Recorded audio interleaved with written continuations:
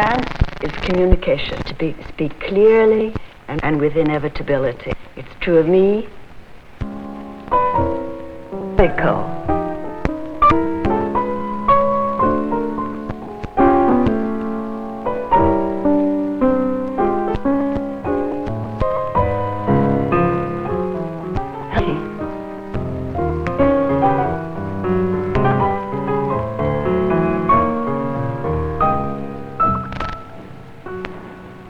Gmail.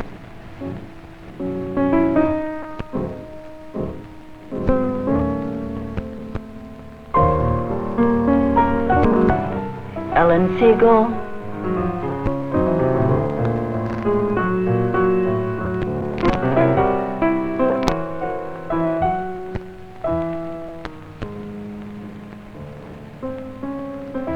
Miriam Cole.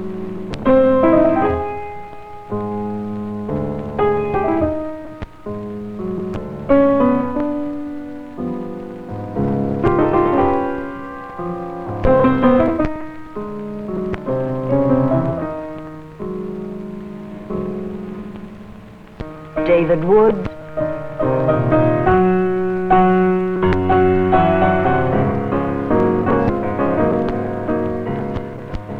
Lillian Bierstecker.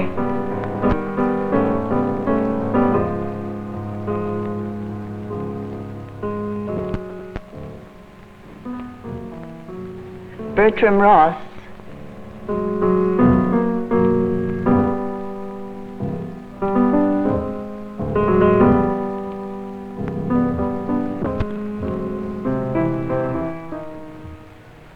Ethel Winter.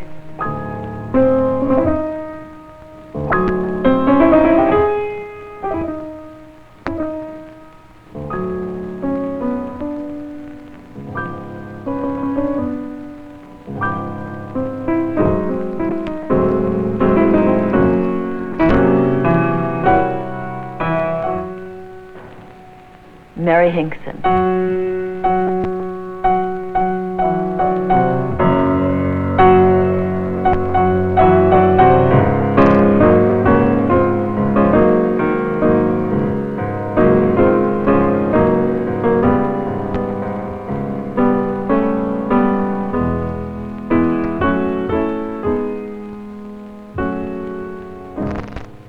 It's here in the studio that the dancer learns his craft, the mastery of his instrument, which is the human body.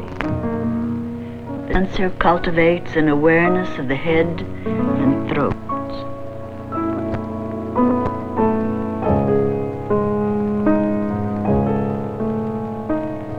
The dancer learns flexibility and control.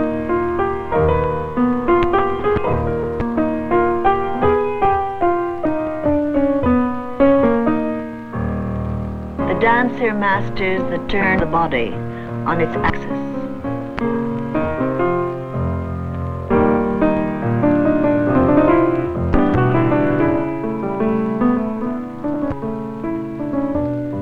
He strengthens the leg for the daring of the leap.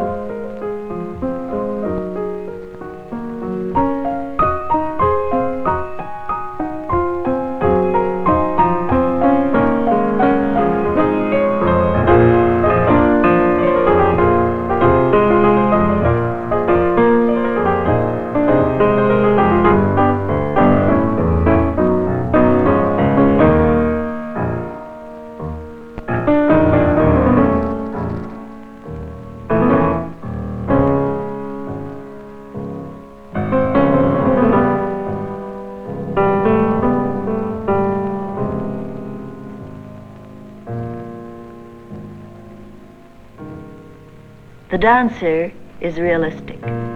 His craft teaches him to be. Either the foot is pointed or it is not. No amount of dreaming will point it for you. This requires discipline, not drill, not something imposed from without, but discipline imposed by you yourself upon yourself. Your goal is freedom, but freedom may only be achieved through discipline. In the studio, you learn to conform, to submit yourself to the demands of your craft, so that you may finally be.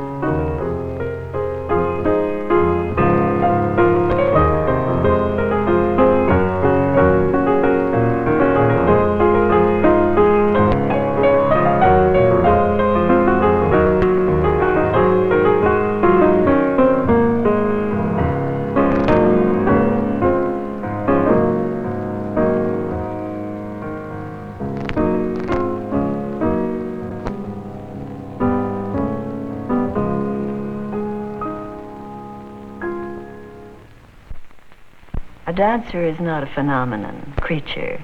In other words, I think he's a divine normal. He does what the human body is capable of doing. Now, this takes time. It takes about 10 years of study. Doesn't mean that he won't be dancing before that time, but it does take the pressure of time so that the house of the body can hold its divine tenant, the spirit. There's a great deal of talent. There's no loss of talent. The tragedy lies in the fact that it isn't used very much. I think that's what this amazing old composer once said to me, and I think it's what he meant when he said that everyone's born with genius, but some people only keep it a few minutes. In other words, what happens when you have to work 10 years? You get tired. But those who do press through finally arrive at a moment when they don't have to dance in a group of 40 or 14. They become 5. They become one of 4.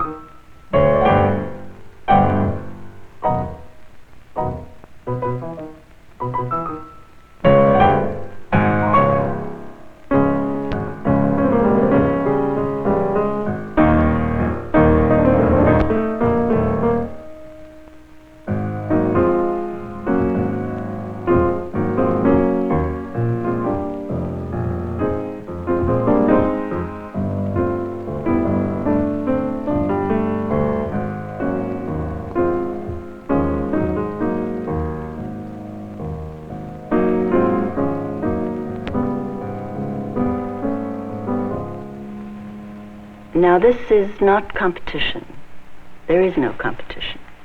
You're in competition with one person only, and that is the individual you know you can become. And that is the thing that makes a dancer's life the life of a realist and gives it some of its hazard and some of its wonder. It is a creative process. It is out of that handling of the material of the self that you are able to hold the stage in the full maturity and power which that magical place demands.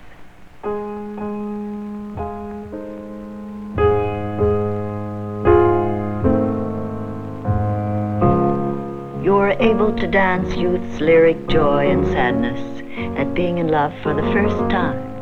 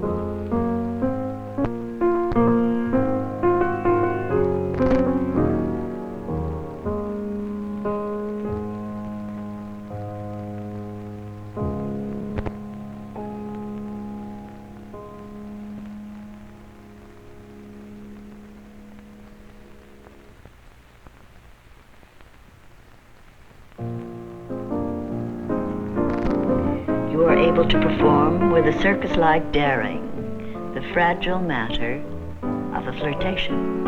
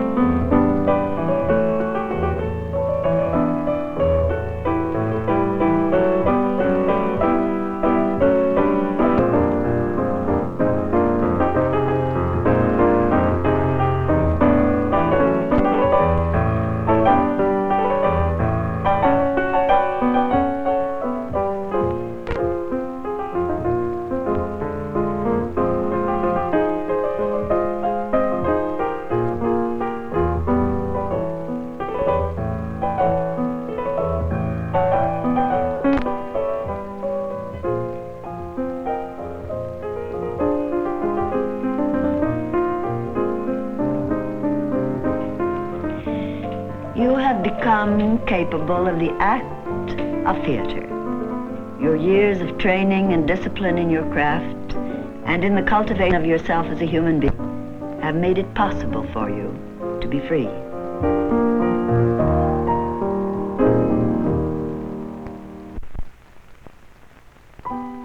What you do seems done for the first time. You are able to hold the stage and dance with the deep matters of the heart.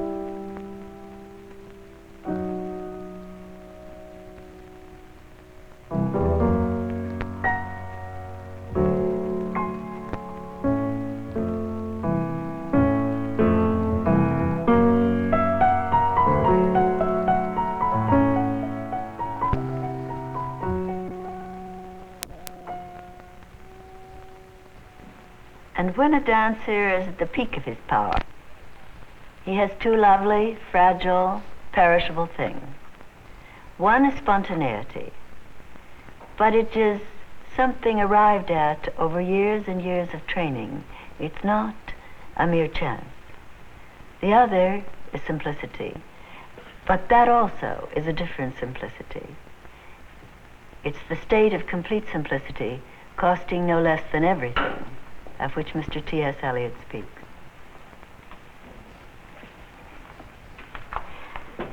And how many leaps did Nijinsky take before he made the one that startled the world? He took thousands and thousands and thousands. And it's that legend that gives us all a kind of energy, a strength, and an arrogance to go back into the studio, to work again among the many, that we may be once more reborn the one.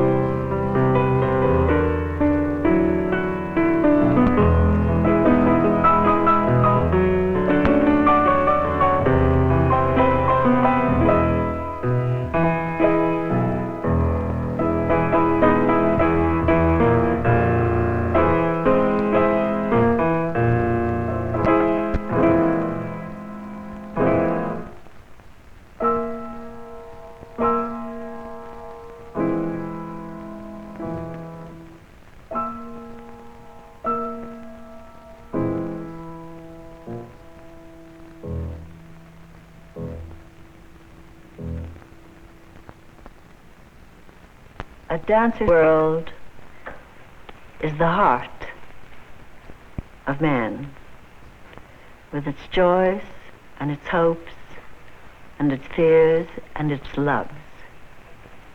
And a dancer's world is arrived at by days and work, weeks of work, and years of work. But there is one wonderful line of St. John Peirce, and it expresses more clearly than anything any of us can say the privilege of the instant. But he says, you have so little time to be born to the instant.